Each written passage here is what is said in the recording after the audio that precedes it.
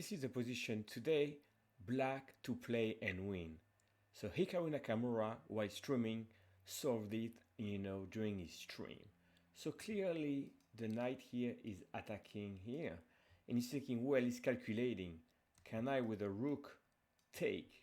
So that's the move he's looking at. But then there's e7 attacking for white. So can you solve this position?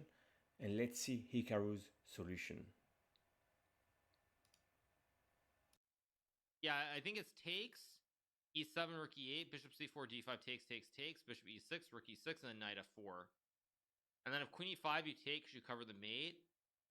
You cover the mate on the diagonal. And the solution is so complicated, I had to break it in two parts. So this is part one, the video I played, rook e4, e7, rook e8, bishop c4. So here Hikaru is saying d5.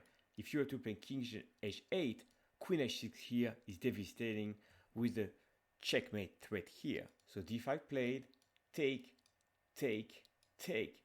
Here Hikaru is looking at bishop e6 and he's talking about rook take and queen take, exchanging the queen.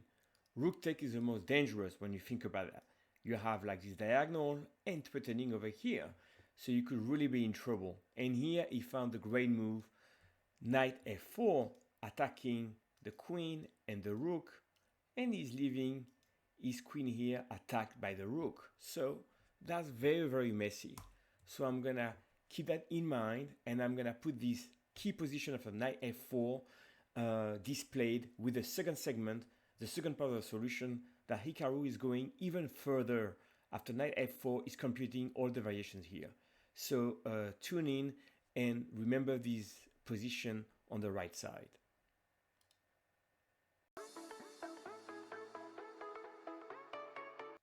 You cover the mate on the diagonal. And takes, bishop e6. If queen e6, you just trade.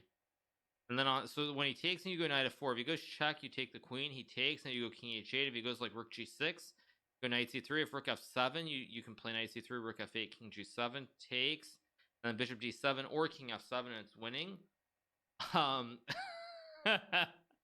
So it's got to be takes. Okay, I hope that the board on the right help, but let me just explain one more time.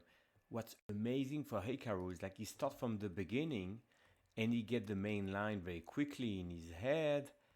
And now here he's saying, well, if you do queen e6, I can trade.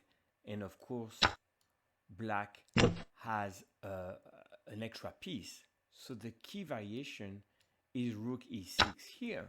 And if you were to move the queen, you would lose very badly. So knight f4 is the key moves. And in the video, it says, well, if queen e5 is played, I can do knight d6 as no trouble at all. So here he's looking at rook g6 check. You take the queen, now you do check, and now you have this big diagonal here and a discovery. But now if you do rook g6 check, you can do knight c3, and if you take here, black has an extra piece and rook actually. And if instead of doing rook g6 you do rook f7 check, now you cover the check, check. You can even come here, and here you do rook f7 and you have an extra queen, and you're gonna capture this guy. And if on rook check you can take here, so you're winning. So essentially on knight f4 maybe the best move is rook take, but now you take here and this rook is attacked and you have an extra piece. So that was the amazing computation starting from the beginning.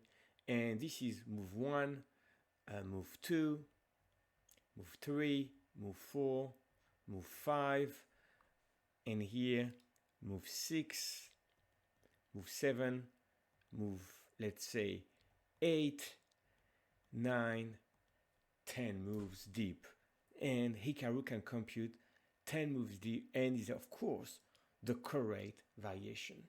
So I hope you enjoyed this explanation on the solution, and please feel free to subscribe. This was absolutely insane in terms of arrows, coloring the board, and computing a variation 10 or 11 moves deep.